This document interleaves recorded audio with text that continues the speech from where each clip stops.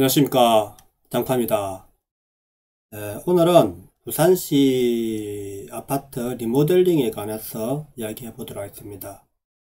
지금 용호동 LG메트로시티가 리모델링 추진을 한다는 이야기가 상당히 많이 나오고 있습니다. 그래서 부산시 아파트 리모델링에 대한 제 의견을 이야기해 보고자 합니다. 먼저 기사를 한번 보시겠습니다.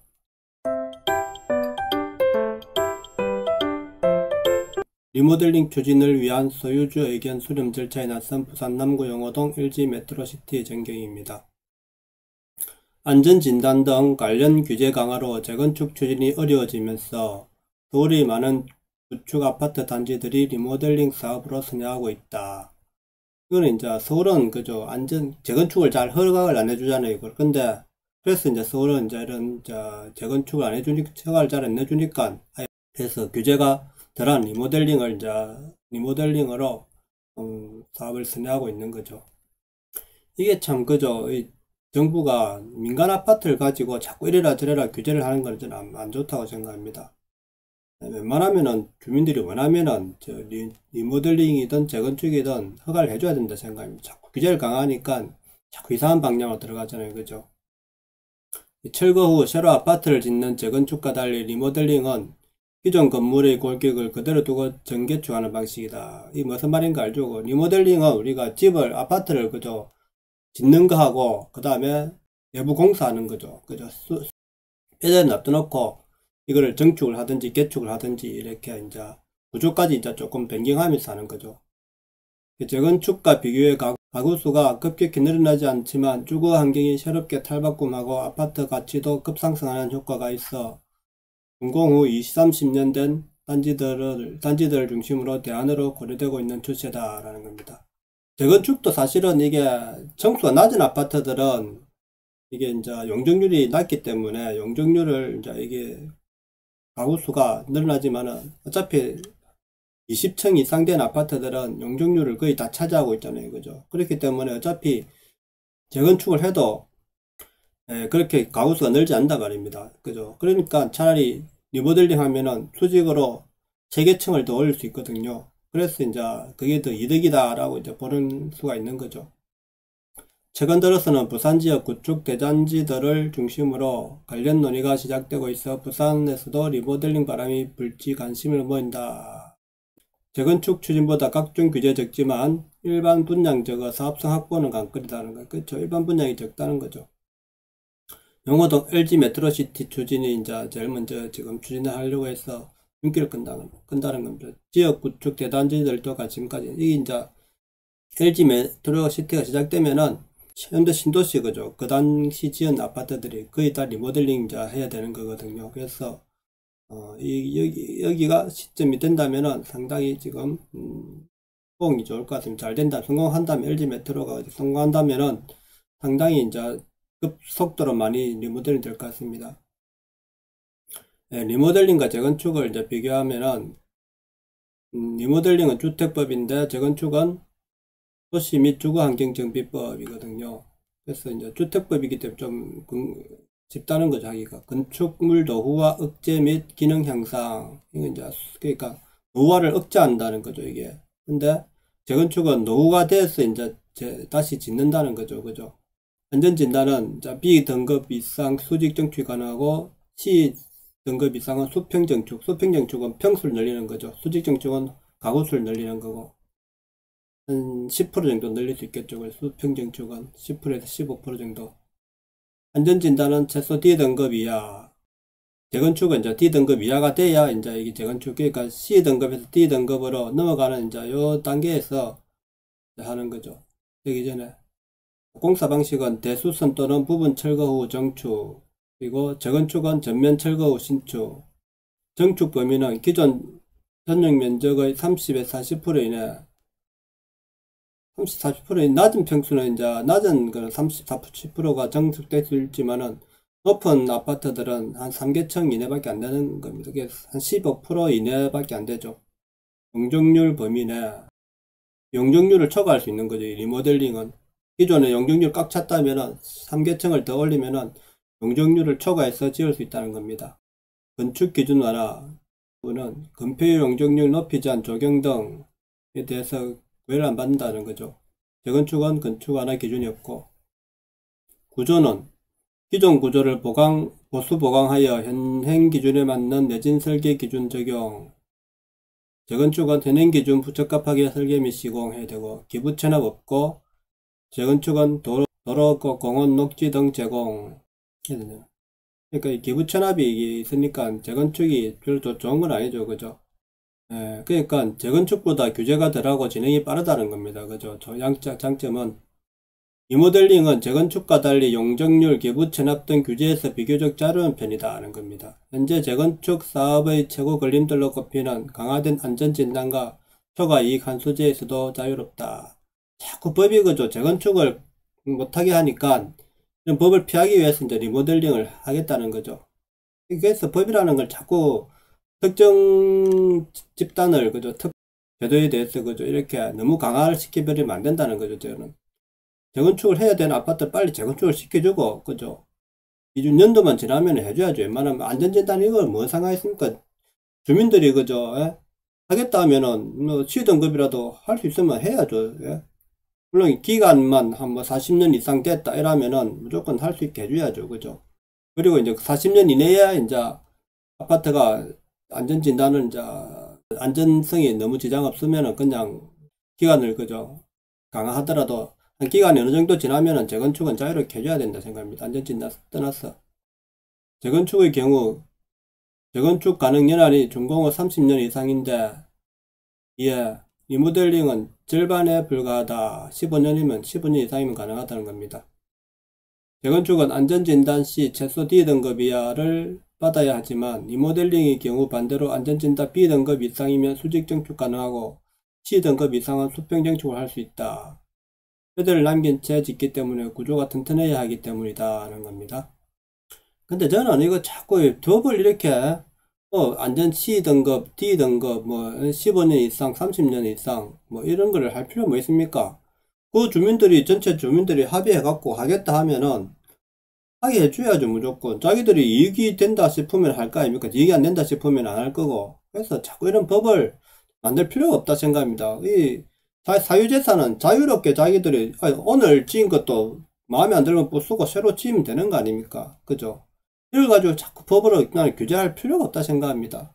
자기들이 새로 지었을 때 더 이득이 된다. 그죠? 지금 현재가 상태가 마음에 안 들고 하면은 뭐 연수 뭔 상관이 있습니까? 하게 해줘야죠. 저는 그것이 지금 자꾸 이 정부가 서울 아파트를 재건축, 재개발, 리모델링 이런 거를 자꾸 법으로서 규제를 하기 때문인 거 아닙니까? 사유재산은 왜 사유재산입니까? 개인 재산 아닙니까? 그게 연합으로 그죠? 어떤 집단에 의해서 사유재산이면 그것도 개인 재산이란 말입니다. 그러면은 정부가 관여하지 말고 자기들이 하겠다 하면 하게 해줘야죠. 근데 이걸 자꾸 기부 체납해라고 그죠? 뭐 법을 자꾸 뭐 초과이익 환수제 해쌌고 이러니까 기존의 그죠? 아파트들이 자꾸 공급이 늘지 않으니까 좋은 아파트들이 공급이 늘지 않으니까 가격이 자꾸 올라가는 거 아닙니까? 예? 자꾸 좋게 하려면 자기들 돈을 들여갖고 하겠다는데 하게 해줘야죠. 그죠?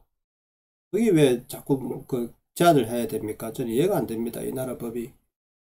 리모델링은 재건축과 달리 용적률이 높아도 추진 가능하고 기부 체납 조건 역시 적용받지 않는다.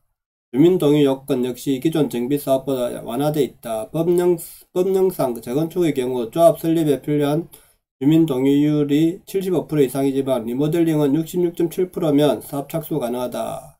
리모델링이 그죠? 더 쉽네요. 그죠? 이게 좀 그죠? 문제가 좀 있긴 있죠. 그죠? 리모델링 하기 싫은 사람까지 해야 되는 거 66%, 66.7%면은 33%는 좀 손해를 볼까 하면 하기 싫어도 해야 되니까. 재건축에 비해 사업을 빠르게 진행할 수 있다는 장점이 있다. 리모델링은 전체 사업 진행에 5, 6년이 걸리는데 이는 재건축과 비교해 절반 수준이다 라는 겁니다. 5, 6년이면 이제 이거를 할 수 있다, 진행을 할 수 있다는 겁니다. 하지만 좀 사업성이죠. 그 사업성이 있느냐, 그죠? 리모델링 시 수직정축은 최고 3개층, 세대수는 15%까지 늘릴 수 있도록 하고 있다.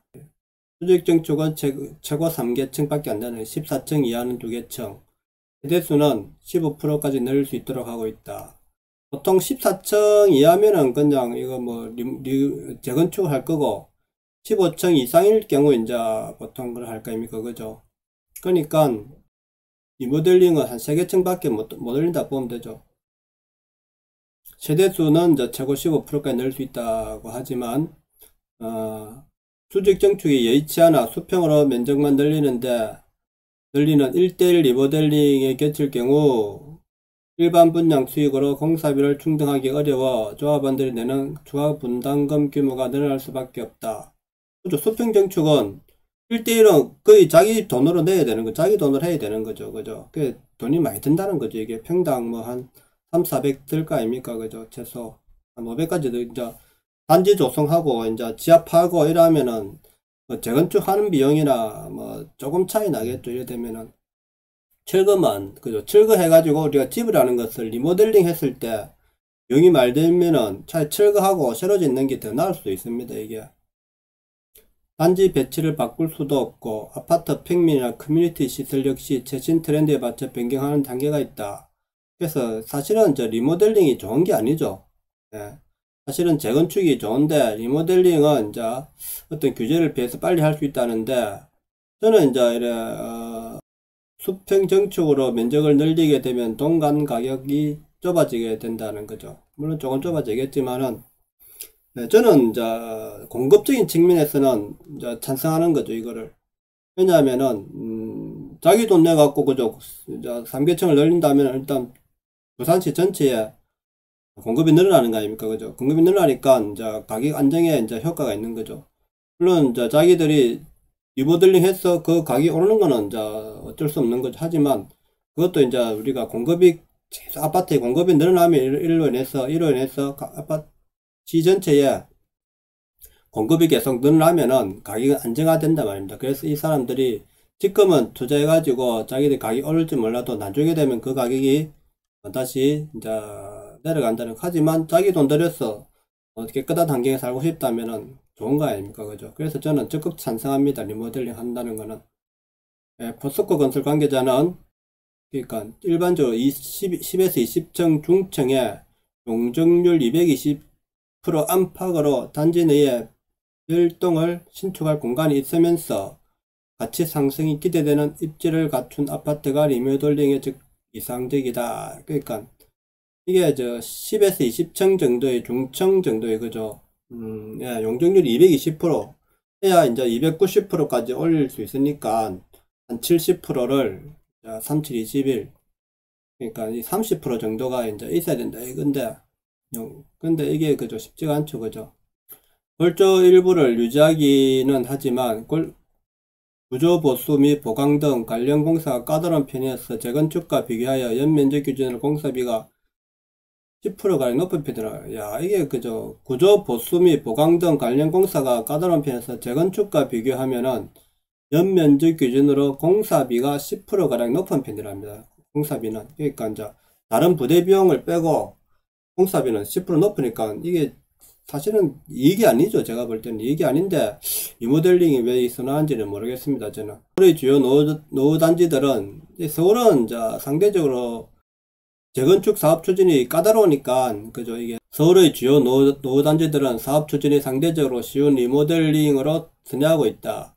재건축 규제 강화와 함께 높은 용적률 등의 문제로 90년대 이후 들어선 아파트의 경우 기존 방식의 재건축을 추진하기가 상당히 어려워졌기 때문이다. 이게 서울에는 그죠. 이 재건축을 까다롭게 규제를 하기 때문에 어려운 거고, 부산은 그렇지 않지 않습니까? 하고 싶다면 하게 해주니까 웬만하면은 굳이 리모델링 할 필요가 있는가 싶습니다. 저는 부산에서.